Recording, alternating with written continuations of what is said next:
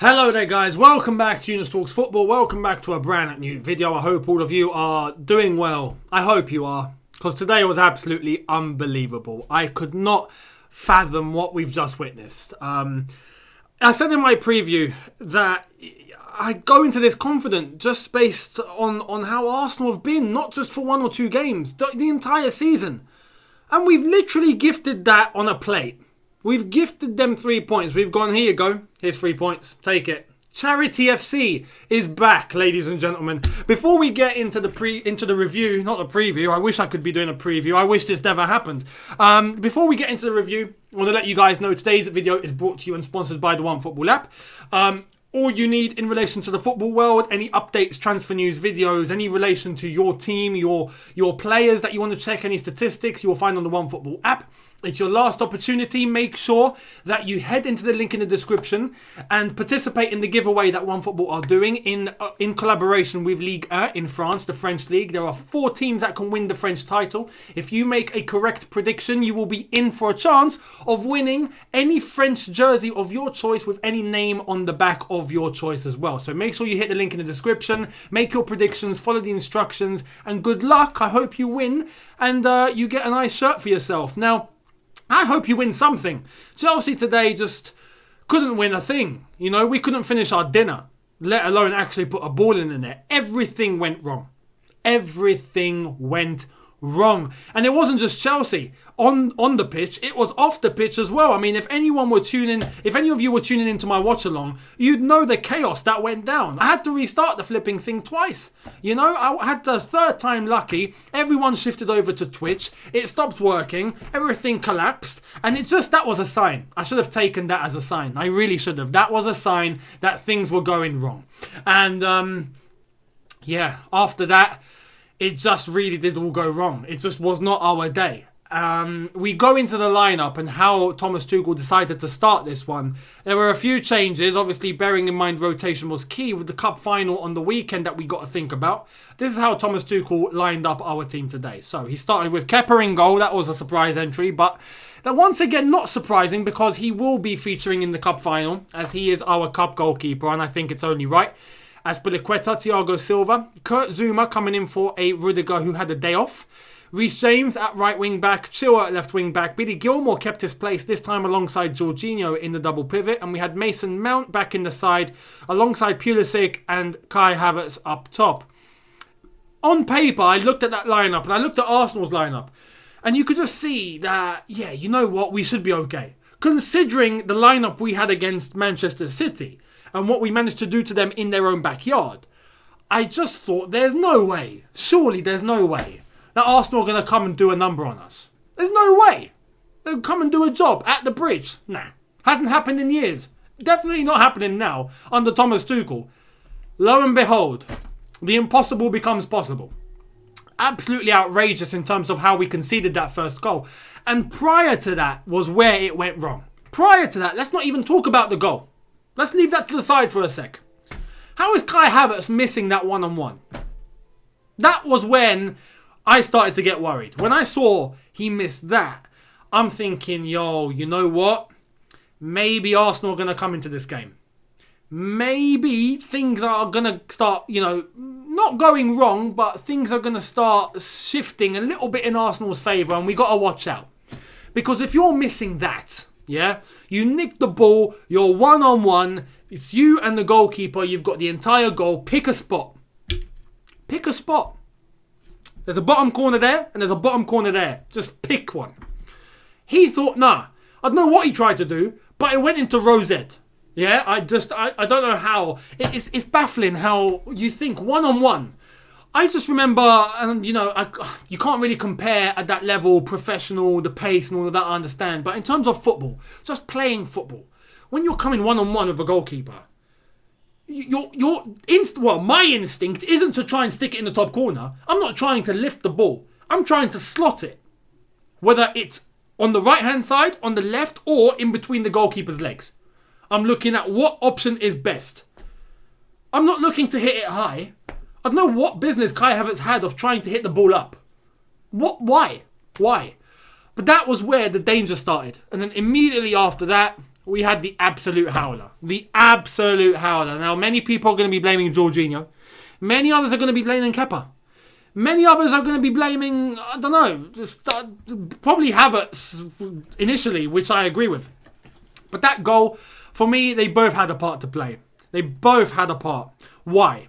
Jorginho was passing along with Kurt Zouma, and they were both struggling to get the ball out of the back. They were passing amongst themselves, and if you look at the replay, you could see Jorginho looks to see where Kepa is, and then he looks back, and they keep passing amongst themselves, and then he passes to Kepa without looking again. So he's assumed that Kepa's still where he is. Kepa's no longer where he was. Kepa was wide, but in that time you could see he even moved even wider. He passed the line of his 6-yard box, leaving the goal completely open. Now, some are going to blame Kepa for that. And for me, I agree. I think Kepa shouldn't have moved that far. You can move wide. Goalkeepers move wide all the time. And I'm about to explain why. It's a common thing where defenders, midfielders, holding midfielders are told, if you're passing the ball back to your goalkeeper, pass wide. Don't pass in between the sticks. Don't pass in between the sticks because something might just go wrong. Goalkeeper might miss it or it'll go in. But if you pass wide, goalkeeper will still reach it. He's just going to have to move a little bit. Now, bearing in mind Kepa was wide already, Jorginho had no business passing in between the sticks. That's one mistake already. But Kepa moving as far as he did made it harder for himself to come back in time and make that ridiculous save, which he did make, and fair play to him. But it was all under pressure. It was all under panic. It was no control. And it just completely left the floodgates completely open. And that's where Aubameyang managed to pass to Smith Rowe and he nearly missed. He hit the post. But he hit the post and it went in. 1-0 Arsenal. And from that point forward, it just went wrong. It just went wrong. No matter what we did, no matter what Thomas Tuchel tried to do in terms of substitutions, he took off Billy Gilmour, he brought on Hudson-Odoi, he ended up bringing Giroud on, he ended up bringing Ziyech on. I mean, he tried literally everything that you could try in terms of what the bench provided to him.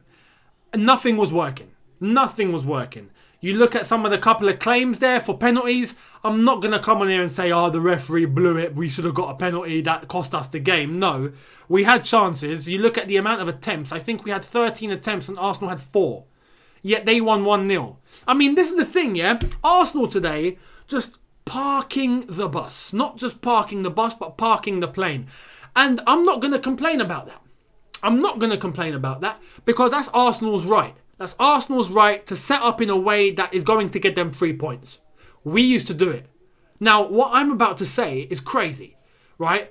Is this what it felt like for Arsenal fans? Is this what it felt like when Chelsea used to park the plane, park the bus, no one's getting through, and we used to nick a 1-0 and just smash and grab, thank you very much?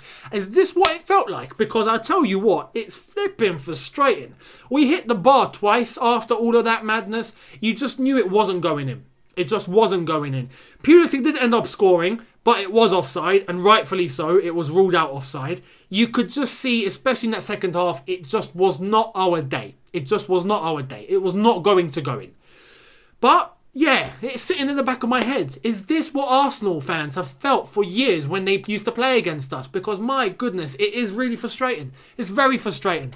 The only difference is that when Chelsea did it, they were winning trophies. I'm just saying. Anyway, no digs. Arsenal, congratulations. As far as I'm concerned, you deserve it. If I'm going to keep a little comparisons in terms of Arsenal, I think Thomas Partey and El Nene absolutely ran the midfield today. Absolute great showing, especially defensively. They were very robust. They kept the structure. Smith Rowe, very good attacking flair and a big threat for Arsenal. So fair play to him as well.